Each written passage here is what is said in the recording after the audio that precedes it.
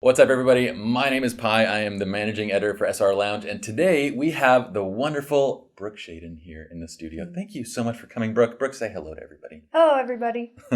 So, Brooke, you came down from LA, and I so appreciate it, and you brought your wonderful friend Katie, who's in the back right now. Yes, she is. She's helping us film by, sitting Just nicely. her lovely presence is making everything better. And she helps you get here quicker because now you can ride in the carpool lane with two people.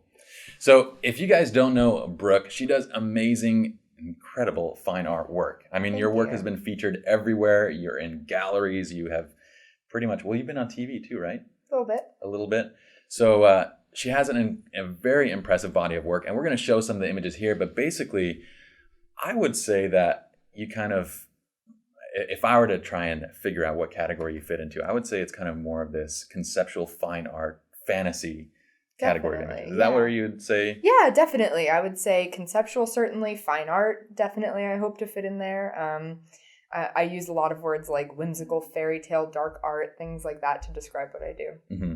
That's awesome. And so I got to ask, I know you stay incredibly busy. So what are you doing these days right now? Yeah, so I'm teaching a lot of workshops. So traveling to New York, Seattle, St. Louis, London. That sort of rounds out the rest of my first half of my year.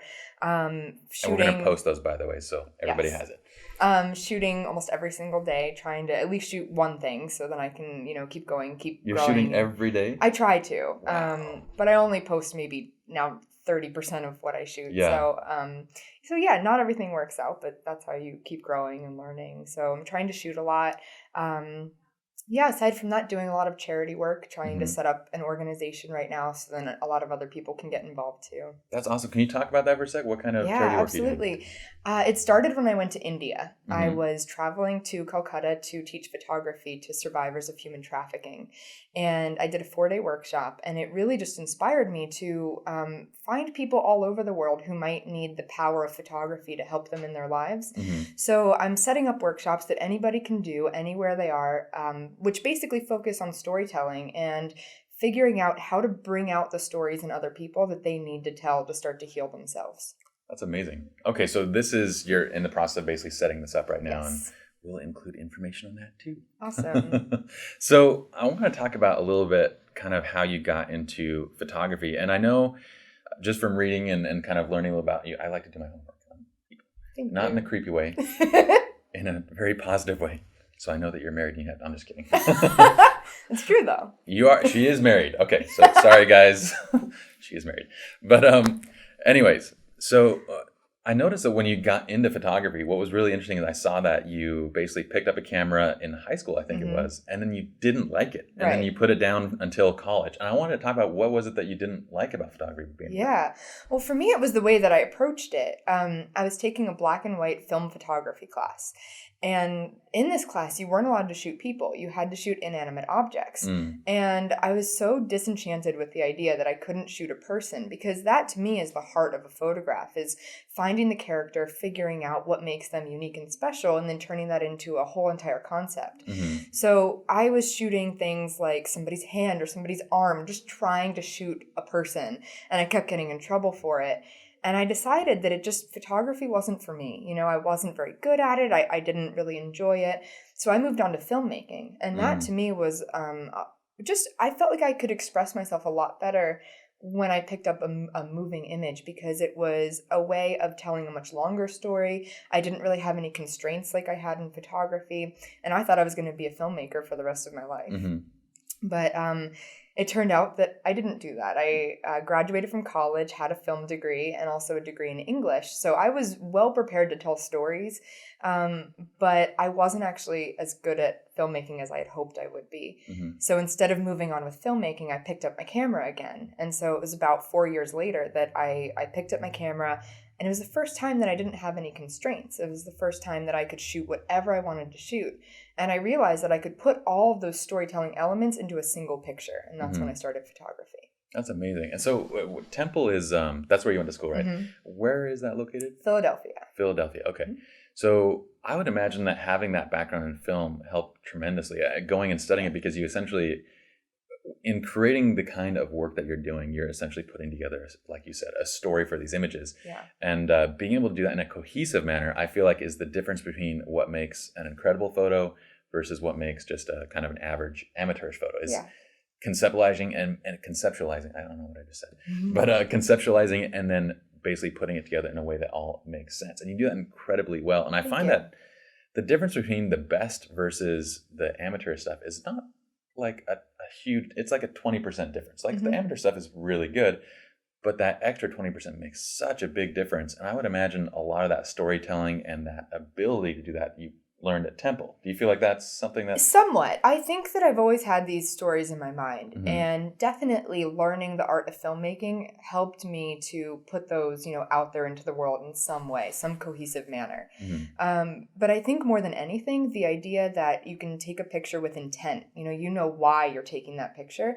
I really think that is that 20% that you were talking about between an amateur photo and a professional photo, is knowing all the reasons why you took that picture.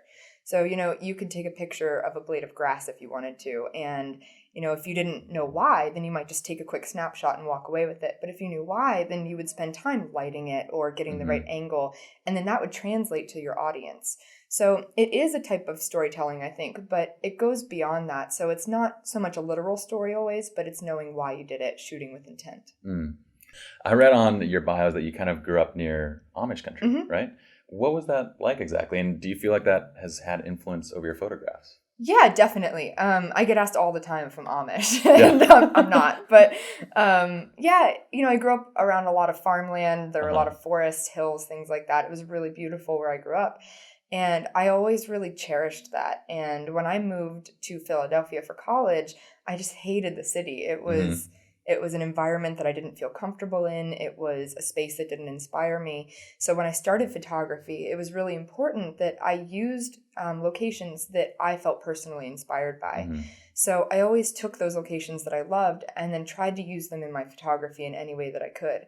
So I might not always be, photographing on a farm, but I am trying to keep myself as in nature as much as possible. Yeah, well, when I read that note, I kind of felt like after seeing the images, I kind of went, oh, that kind of makes sense. Because there is, I don't want to say it's like it's Amish lifestyle is not part of your photos, but there is that kind of country theme. Definitely. To the images. There's always that idea that, you can live a simple life to live a happy life. And, and that, working with the land and what we have naturally around us is not superior, but to me more fulfilling than the alternative.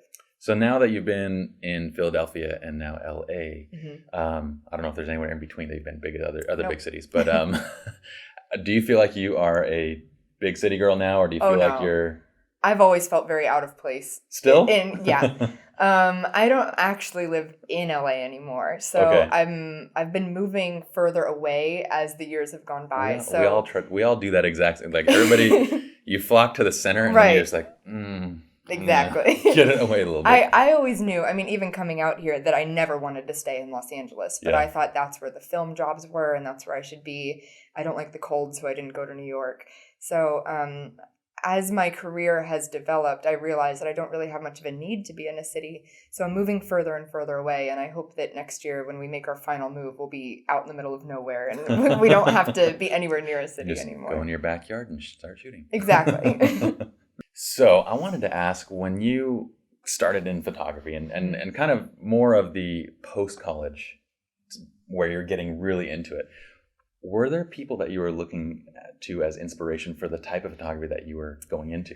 A little bit. I wasn't so much inspired by photography at that time as I was by paintings and even by films. I was really inspired by movies like Pan's Labyrinth and Atonement and films like that I still love, that were just visually stunning. And I found myself watching the movies and then pausing them just to look at still frames a lot. And I would look back to those still frames and think, I wish that I could create a photograph just like the still frame. But as far as photography goes, I was looking at Gregory Crewdson a lot. I absolutely love him. I loved how cinematic his work was. So what I noticed was there was a theme of I loved anything that looked cinematic, whether it was an actual movie or a still image. So I started using that as inspiration. But I did love painting a lot. So I tried to put a very painterly look into my images by adding texture and things like that. And you're very successful at that, actually. Your images Thank are incredible, and they do have that painterly quality to them where, I mean, aside from the imagination thing, you kind of, these types of, when I imagine a fine art photograph, this is exactly what I would think of, is something that you could only really think up in your imagination. And it's amazing to see it, because when it's, I feel like when it's painted, it's awesome. Paintings are great. I took art history and I learned about it. But anyway, but seeing it in a photograph is so different because the amount of visual detail and stuff there is completely different. So when you can take that fantasy landscape and translate it into a photograph, I feel like it has such a different quality than paintings. But it does have that painterly feel. Now, with the fine art work that you do you feel like you've always known that you wanted to do this type of work, or did you try other things and kind of fall into this naturally? I definitely always knew this was what I wanted to do. It was a matter of not knowing how I was going to do it, whether I was going to be a writer, a filmmaker, a photographer, but I've always had the same end goal in mind. So it was, when I was 9 years old, I thought I was going to be a writer, and I thought that until I was 17 years old when I discovered filmmaking, and then I thought I was going to be a filmmaker. But at the end of the day, it was always the same stories that I was telling. Ever since I was little, I've had these weird, twisted stories that I wanted to tell. And it just sort of clicked with photography. I didn't know if it would. I started it as a hobby, and then it turned out that I just had a huge passion for it. Well, and tell me this, you mentioned kind of like dark twisted. When I look at your images, I think of a lot of it, it kind of takes me back to like film noir, like kind of dark fantasy type stuff. Where do you conceptualize, or how do you come up with these kind of ideas? Well, the ideas for me are sort of based in themes that I like to go back to. So I love playing with life and death. I love playing with rebirth. Anything that has to do with a fairy tale I love. So these are themes that I've loved thinking about, daydreaming about ever since I was little. So once I have those themes, I can always go back to them. And from there, I have this whole world that I can create around that. So, whether I'm making a short film or a photograph, it's always the same themes that I'm going back to. And I think that really helps to create a cohesive style as well. Yeah. I feel like in a few years from now, or if not right now, you could almost, if someone out there wrote a script, an awesome fantasy epic script, you could take this world that you've created, because the elements in each of these images are, to me, they're very cohesive in that, I can distinctly tell that this is Brooke Shaden's work and the style that you're going for, that you've essentially just created an entire world of fantasy. And if there was a story to that, you could make an incredible film behind that. Oh, thanks. Just an idea. Something that I'm trying to get into a little bit Is that more. something? Yeah. This year especially, I always list all of my goals at the beginning of the year, and one of them was to get a little bit more into filmmaking, see where it takes me. I was really excited to get out of the filmmaking world when I did, because I'm not really a group person. So if I have to work with a big crew on something, I start to get overwhelmed easily. So I loved photography because it was just me and my camera. But I'm getting to the point now where I would love to create some films to accompany my photographs, and maybe start small with some, short film projects, and then see where it takes me. I want to talk about you getting into kind of the area of fine art more as a business, because you're actually the first photographer that we've interviewed so far whose primary business is fine art or selling prints. Yeah. Most people that we've interviewed, they make their money off of the shoot or off of, they don't sell gallery type work. So how was that kind of breaking into that business model? It was a little bit strange because I didn't really have a business model to go off of. It wasn't like, you could tune into a class or a workshop where they're teaching how to be a fine artist. So really, when I decided to do photography full time, I had 3 goals for myself. And I was very strict about those goals. So I said, I want to show in galleries, I want to teach workshops, and I want to have a book out. So with the book, I didn't have any prospects. Nobody wanted to publish a book, so I did it myself. And that's how I, achieved that first goal. I started teaching workshops just by putting the word out there, hoping people would show up. And thankfully, they started to show up, trickle in at least. I hope. I'm not the only one at my own workshop. Yeah.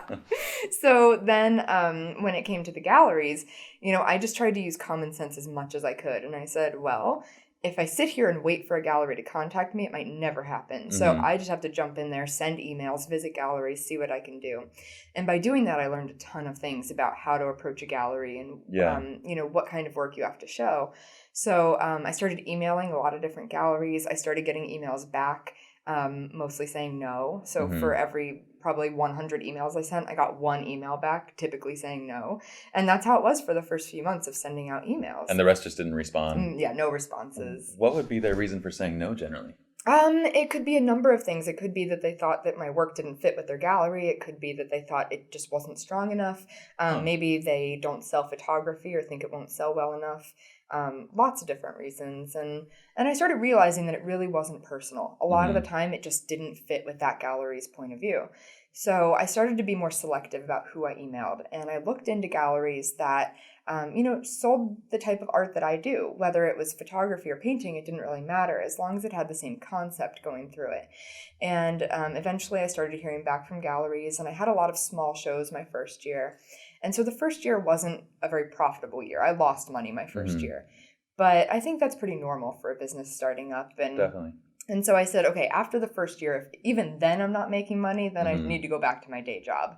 But luckily, at the end of that first year, I signed with my first really legit gallery who was going to represent me, take me to art fairs, things like that. And that's when things started happening. Now, just out of curiosity, because I've never really seen the business model for gallery photography, are you paying to have placement in these galleries, or are you paying typically when the piece is sold? Yeah, so it's a number of things.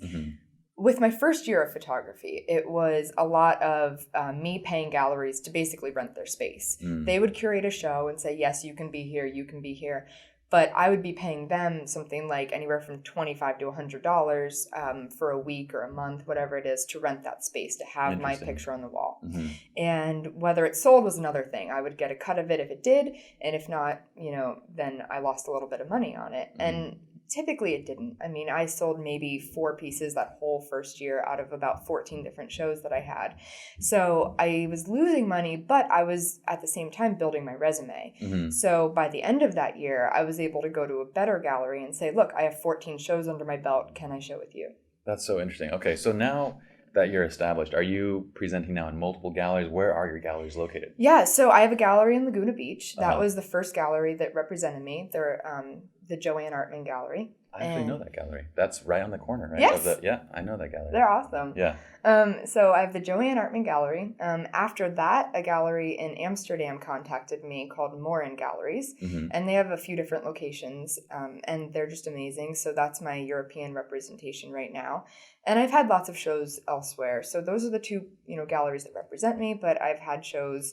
I have one coming up in Seattle shortly. I've had one in Colorado, New York, all different places. That's awesome. So once you're in galleries, I'm sure that these galleries expect you to kind of help promote and to help get the word out. And how are you generally doing that to get people in the door to these galleries? Yeah, I find this to be very interesting because the galleries that I'm with, of course, hope that I will post about it, on Facebook or whatever it is.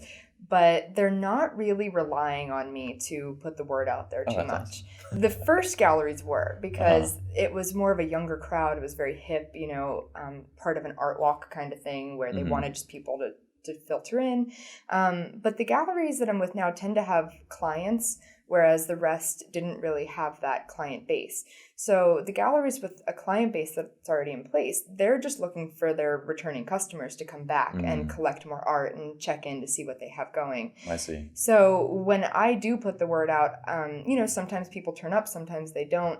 But mostly when I put the word out, it's to, mingle and chat and stuff, and just to get to meet people who might be following my work. But the people who are buying the most work are typically designers buying for clients and things like that. Interesting. Have you ever had clients kind of come back after purchasing from a gallery and kind of tell you their experience with the photograph or what it's like to Definitely, them? Yeah. That's the best thing about having a gallery opening or being at an art fair, because you get to hear their experience of it right away. Yeah. So, I mean, there are times when you can just sort of sit back in the corner and watch everybody and how they react. And, some people will look and then look horrified and just walk away right away, and they clearly hate it. And I find that to be just as awesome and interesting as anything else, because at least I'm getting, at least you have a click counter. I'm getting a reaction from somebody, and that's what I want. Yeah. And then other people just have really different experiences with it. Like, for example, I was in India in January, and I showed a specific photograph to the girls that I was teaching. And this photograph to me was very happy. It was about dreams and finding sort of your own private alternate reality that you can exist in. And they thought that it was about death and a funeral because they dressed their dead in white dresses. So it was very interesting seeing that cultural shift. Yeah. And I find that things like that happen even here in America, where people just, they have their own idea of what a certain color means or what a certain location means, and they, perceive the photograph very differently. That's awesome. I love that. Yeah. So I really appreciate you giving us the information on kind of running a gallery, and hopefully it helps those out there that kind of are looking for the same approach to their career. Yeah, I hope so. If there was one thing you would say to these photographers who are starting out, who want to be fine art, gallery represented photographers, what would that be? Definitely just to find your style, because, galleries, if they're going to be looking at your portfolio, they need to see a very cohesive style running through your work. If they don't, then that just means to them that they're not going to be able to sell multiple pieces, because if somebody likes one thing, then they're not going to definitely like the next thing that you put out, which is totally different. So if you have a really cohesive style, then you can put a lot of different pieces on the walls to sell, and people will be more attracted to your work as a whole instead of individual pieces. That's actually really good advice, because I would also think it's easier for these galleries to be able to categorize and know where to be showing your work, and in addition to the repeat buying things. I've never heard of that before, but I never studied this area. So appreciate your feedback and advice on this. My pleasure.